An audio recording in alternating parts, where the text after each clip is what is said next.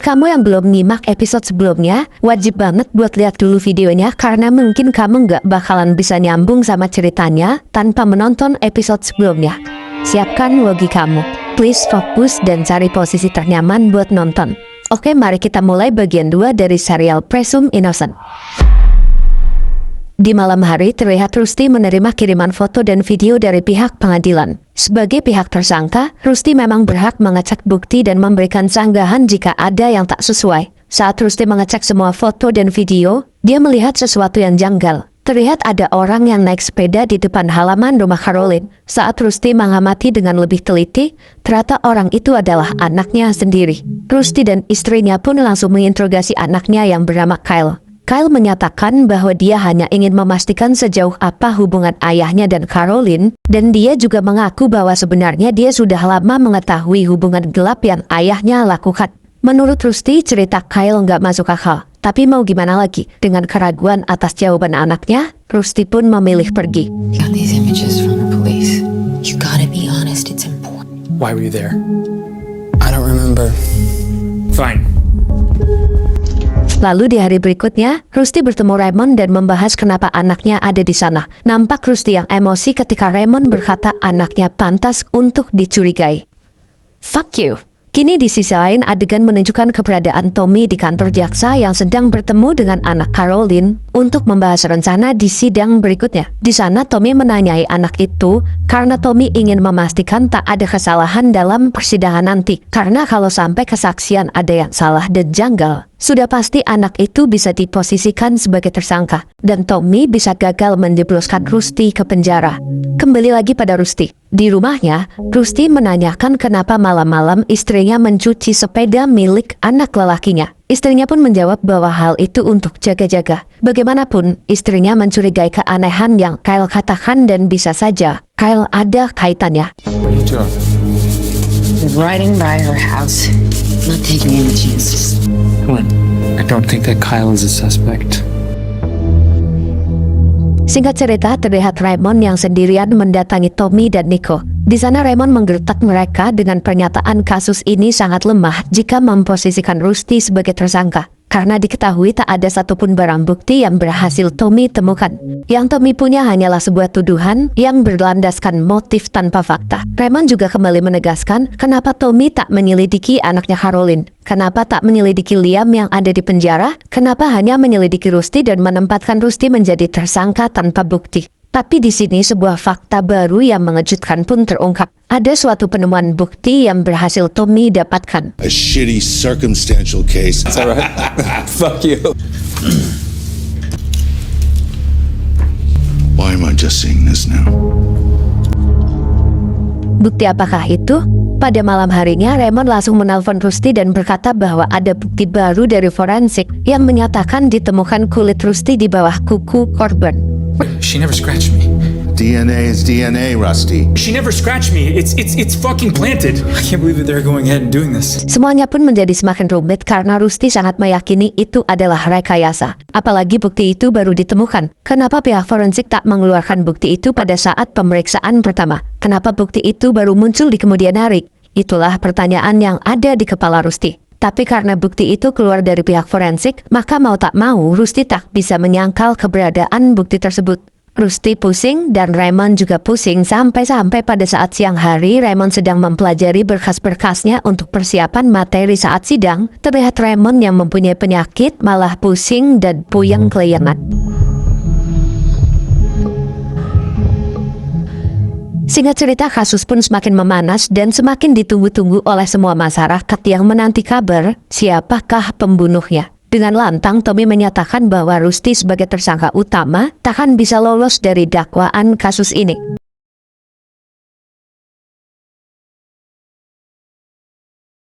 Lalu di sisi lain, terlihat Rusty yang berada di rumah akan pergi menuju rumah Raymond. Dia pun kaget kenapa sepeda Kyle berada di tempat sampah. Rusty yang melihat keanehan itu pun masuk ke dalam dan menanyakan hal itu.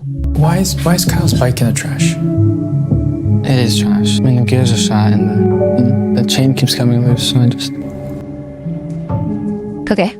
Mendapat jawaban yang kurang masuk akal dari anaknya, Rusty kembali keluar dan memasukkan sepeda itu ke dalam mobilnya untuk mengamankannya. Setelahnya, dia bertemu Raymond untuk membahas persidangan selanjutnya. Di sana, Raymond dengan amat yakin menyuruh Rusty agar lebih tenang. Raymond berencana akan memenangkan persidangan tanpa membuktikan siapa pelaku sebenarnya. Pembelaan yang akan Raymond ajukan adalah kurangnya bukti-bukti, sehingga hakim akan menganggap kasus itu bias karena tak ada barang bukti yang nyata, termasuk ditemukan kulit Rusty. Raymond yakin bisa menyangkal hal itu di persidangan.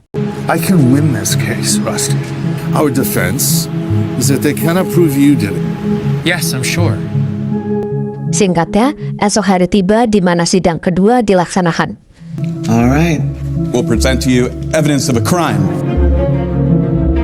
Dalam persidangan kedua, nampak si Tommy yang mempunyai tuntutan yang sangat cerdas. Bisa dibilang, dia berhasil mengambil alih hati dan pikiran hakim, juga para juri. Di situ dia menggiring opini semua orang di persidangan dengan menunjukkan foto betapa kejamnya kejadian yang Caroline alami. Dengan nama Caroline yang sangat terkenal sebagai jaksa yang cerdas dan jujur, Tommy memberi beberapa ucapan dengan kalimat-kalimat yang tertata. If I show my feelings, let me apologize for that right now. Today, all of you, I'm going to show you an image. It's quite violent. No one should have to watch it or listen to it. It's a real crime. It's a real victim. But you do have to try to determine, just be faithful to the truth. Thank you. Setelah itu, saksi dokter otopsi dari pihak Tommy dihadirkan. Dokter menjelaskan tak ada DNA atau apapun yang bisa ia dapatkan kecuali kulit tersangka yang ia temukan di bawah kuku Caroline. Dokter juga menyatakan mungkin saja itu adalah bentuk perlawanan dari si Caroline. Traces of the defendant's skin were one of the victim's fingernails. She was 6 weeks pregnant at the time she was killed. Impregnated the victim. Yes, he did. Selanjutnya, untuk menambah kekuatan bukti, Tommy mencoba menanyai si dokter tentang bagaimana sikap Rusty saat datang ke rumah sakit untuk melihat almarhum Caroline saat itu. Dokter langsung menjelaskan bahwa saat itu Rusty terlihat gugup dan bersikap aneh. He was agitated, erratic, even scared. There was something off about him. Di sini Raymond langsung melihat sebuah celah dan menanyakan beberapa pertanyaan jebakan pada si saksi itu. Do you have any psychological foundation to agitation, fright, or... I have a history with the defendant, one that allows me to formulate You have a history with him. Are you two friends? colleagues, not friends. You and I have gotten into it a few times. Ternyata si dokter adalah mantan rekan kerja dan pernah memiliki perselisihan dengan Rusty. Raymond sengaja membawa arus perbincangan agar mencapai kesama, agar keputusan saksi bisa dinyatakan bias atau bahkan kurang valid karena menurut Raymond, pernyataannya juga dicampuri oleh masalah pribadinya tentang masa lalu yang buruk dengan Rusty. Offered to show bias. I'll allow it. Thank you. Akhirnya sidang kedua selesai dan kini kita dibawa maju ke hari berikutnya, di mana akan kita saksikan sidang ketiga dari kasus ini. Pada sidang ketiga, didatangkanlah ahli forensik sebagai saksi kedua. Di sana saksi dua menjelaskan dengan sedikit perbedaan. Kalau dokter pertama bilang bahwa dia menemukan kulit di bawah kuku Caroline, ahli forensik tak menemukan kulit, tapi yang ia temukan hanyalah sel atau DNA kulit. Jadi selnya aja yang ditemuin, bukan kulitnya. Saksi kedua juga menyatakan bahwa ia menemukan DNA air liur yang cocok dengan tersangka dan membekas di wajah dan leher korban. Akhirnya si Raymond yang mengetahui kelemahan dari kesaksian itu langsung menanyakan apakah bisa DNA kulit ditemukan saat mereka mungkin saling berciuman dan saling mengusap-ngusap leher layaknya orang bercumbu. If I scratched my face like this, could that not account for the traces of his saliva found on her, under her fingernails? Is that not possible? It's possible. You do get the distinction. Dengan kecerdasannya, Raymond nampak berhasil mengarahkan pandangan hakim dan para saksi agar merubah pikirannya bahwa yang dokter temukan bukanlah sebuah kulit, tapi hanyalah sel kulit yang bisa saja didapatkan oleh siapapun saat mereka berhubungan dan sama-sama berkeringat. Lalu kini giliran saksi ketiga dihadirkan. Saksi itu adalah seorang wanita yang bekerja di kantor jaksa bersama Tommy, Rusty, juga Caroline. Wanita itu adalah kepala personalia kantor. Personalia itu adalah divisi yang mengurus segala urusan yang bekerja di sana, termasuk etika dan lain sebagainya. Di sini pihak Rusty menanyakan apakah Caroline pernah melaporkan Rusty kepada divisi personalia. Saksi itu menjawab tidak. Tapi saat pihak Rusty nanya, apakah almarhum Caroline pernah melaporkan seseorang terkait etika atau mungkin ketidaknyamanannya dalam bekerja kepada personalia, jawaban saksi itu pun sungguh di luar dugaan. Did she ever make a complaint to HR about anyone? Yes. Tommy Malto. Bukannya Rusty, ternyata Tommy lah yang pernah dilaporkan ke pihak personalia. Akhirnya, hari itu sidang selesai dan di rumahnya terlihat Tommy yang sedang melamun, membayangkan hubungannya dengan Caroline yang kurang baik di masa lalu.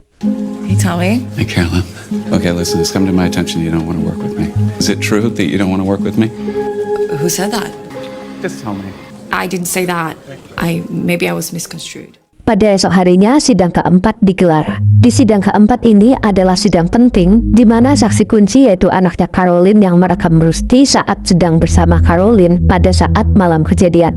Terlihat Raymond yang mendapat giliran pertama untuk melemparkan pertanyaan kepada anaknya Caroline. Tapi ada-ada aja, sebelum selesai kasih pertanyaan, Raymond malah pingsan. What does that word mean? It means Counsel?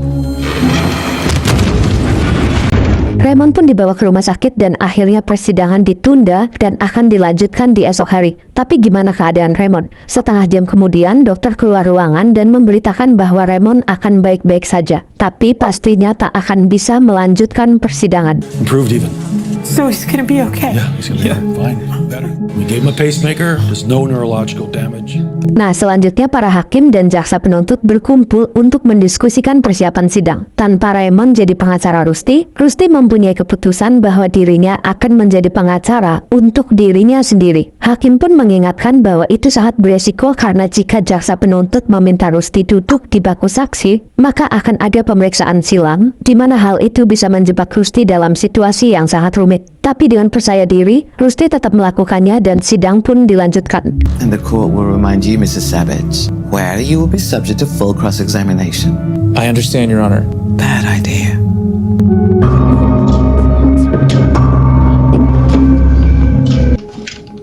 Di kesempatan Rusty menanyai saksi, Rusty langsung berkata bahwa dirinya berdiri sebagai tersangka dan juga pengacara. Rusty bukan ingin membuktikan ketidakbersalahannya, tapi dia ingin menyadarkan hakim bahwa tuntutan kepadanya sangat lemah. Kenapa penuntut hanya fokus terhadapnya tanpa melakukan investigasi dari segala kemungkinan? Rusty pun menunjukkan bukti dari kepolisian yang menunjukkan anaknya Caroline pernah mengirim pesan ambigu kepada ibunya. Did you write her, "It would be easier if you were dead"?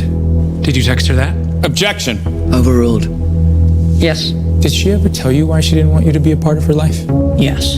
Well, that must have made you pretty angry. I hate you because you killed her. go easy, Rusty.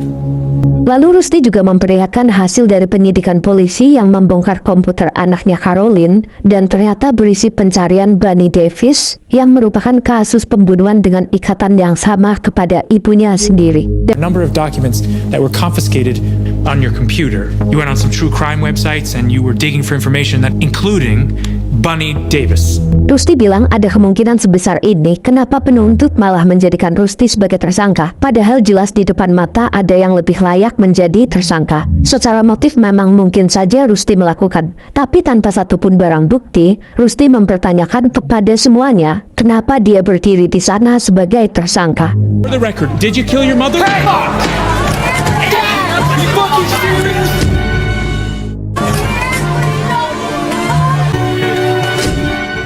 Sidang pun kacau karena banyak pihak yang tak terima dengan pertanyaan tajam dari Rusty. Sidang pun diselesaikan dan akan dilanjutkan 3 hari ke depan. Singkatnya, sidang dilakukan dan di sidang itu, Tommy mengatasnamakan rakyat meminta Rusty untuk menjadi saksi. The people call Rusty Savage. Takutan yang ditakutkan Rusty pun terjadi. Sidang diistirahatkan sejenak untuk menanyai apakah Rusty bersedia jadi saksi. Rusty pun bingung, kalau dia nolak udah pasti semua orang di persidangan akan mencurigainya. Tapi kalau dia bersaksi, hal itu akan memberatkan posisinya. Kenapa berat? Karena saat jadi saksi, dia wajib memberi keterangan di bawah sumpah yang bisa digunakan untuk menjerat dirinya sendiri. Padahal sebagai tersangka, dia punya hak untuk diam dan tidak memberi keterangan yang memberatkan dirinya sendiri. Jadi kalau dipaksa bersaksi, dia seperti menjebak dirinya sendiri di bawah sumpah. Tapi Rusty juga udah bodo amat dan udah sangat capek, bahkan pasrah. You got two choices. Do you want a mistrial? I'll give you one. I won't force you to go on, but if we do go on, you get in that chair. Take the mistrial, Rusty. I'll testify. Pas lagi pasrah, tiba-tiba Raymond datang dan menyatakan dirinya sudah sembuh dan siap kembali membelanya. Akhirnya sidang pun dilaksanakan dengan Rusty sebagai saksi. Di situ Tommy langsung menekan Rusty dengan pertanyaan dan fakta isi percakapan antara Rusty dan korban, di mana pesan itu menunjukkan Rusty yang terobsesi. Is it fair to say you're obsessed with her? I fell in love with her. Did you send these texts in the hours before her death? Is it fair to say you're obsessed with me this way? Answer my fucking calls. You sent those? I did. Were you angry with her? I was frustrated. Frustration, or would that qualify as anger? I am not a violent person. Rusty pun menjawab dengan jujur semuanya. Nah, di sini liciknya si Tommy berusaha membuktikan si Rusty punya sifat yang meledak-ledak. Tommy membawa seorang dari masa lalu Rusty yang pernah dihajar karena Rusty punya emosi yang gampang meledak di masa lalu. Ratzer, please stand. From the adjacent house to yours. Does that fairly and accurately capture the context? Just testified that he's not violent. He came to my house uninvited, and he violently banged on my door when my daughter answered. Yes, I'm volatile. So you beat him up. Hal itu digunakan Tommy bahwa sangat besar kemungkinannya Rusty pelakunya karena dilihat dari chattingan Rusty kepada Caroline, nampak Rusty yang marah-marah dan bisa saja meledak pada saat itu. Tapi apakah itu merupakan bukti kuat? Sidang pun selesai dan tinggal menunggu pembacaan hasil keputusan. Singkatnya, tiba di hari pembacaan sidang putusan. Go ahead and stand, Mrs. Savage. Madam Clerk, if you'll read the verdict. Yes, Your Honor. Superior Court of Illinois, case number 671, not guilty of the crime of murder.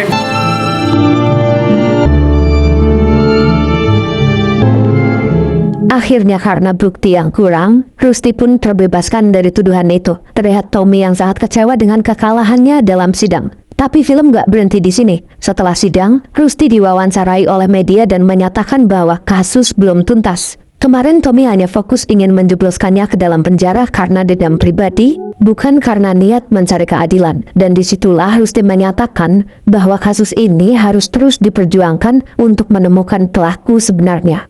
Tommy Molto prioritized the vendetta over the truth. Legal justice was done. But justice by no means is complete here. In that I'm an innocent man and I did not commit this crime. And her murder is still unsolved. You deserve better, much better. Setelah semuanya mulai mereda, semuanya akan terungkap di sini. Terlihat di malam hari, Rusty yang mendatangi istrinya yang sedang berolahraga di gudang. Rusty pun langsung menghampiri istrinya dan menyatakan sesuatu. You know that you could kill somebody and not even wobble. You think I killed Carol? I went back there the night. Carol! There was only one person who could have done this. So I didn't call 911 to protect that one person, to cover for you. Pada malam itu, Rusty kembali ke apartemen dan melihat keadaan Caroline yang sudah tergeletak. Di sana dia bisa menyimpulkan bahwa Caroline tergeletak tanpa luka-luka kecil, tanpa goresan kecil. Hal itu menunjukkan bahwa Caroline mati tanpa perlawanan. Pada saat itu juga, Rusty langsung mempunyai insting bahwa sangat mungkin anggota keluarganya lah yang melakukan. Hal itu semakin Rusty yakini ketika Rusty mengaku soal perselingkuhan pada istrinya, tapi respon istrinya nampak biasa saja. Dan Rusty semakin meyakini ketika keluarganya hadir di setiap persidangan. Sudah banyak kasus yang Rusty selesaikan sehingga Rusty sangat paham perilaku atau gerak-gerik orang dalam rasa bersalah. Tapi pada saat itu karena Rusty ingin melindungi keluarganya, Rusty langsung berinisiatif untuk mengikat Caroline dengan ikatan yang mirip seperti kasus yang pernah ditangani Caroline agar penyidik mempunyai kemungkinan berpikir yang mengarah ke sana. Tapi tak selang lama, anak wanitanya datang dan menyampaikan bahwa ialah pelakunya. Anaknya bercerita bahwa malam itu dia ke sana dan memohon agar Caroline menjauhi Rusty. Tapi tiba-tiba keadaan berubah dan tanpa sadar anaknya melakukan hal itu. To confront her and tell her to stay away from him. I will stay away from him. He won't leave me alone. That isn't true. Because I'm pregnant.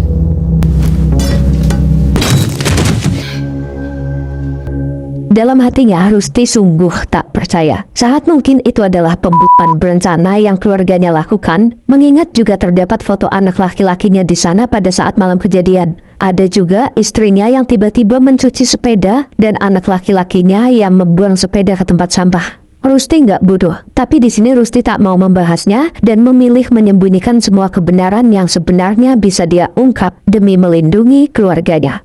Dengan ending penuh tanda tanya, film pun selesai. Seperti biasa, like kalau kalian suka, dislike kalau enggak, subscribe kalau belum. Sampai jumpa di video yang lain. Sekian dari saya, pamit undur diri. Assalamualaikum warahmatullahi wabarakatuh.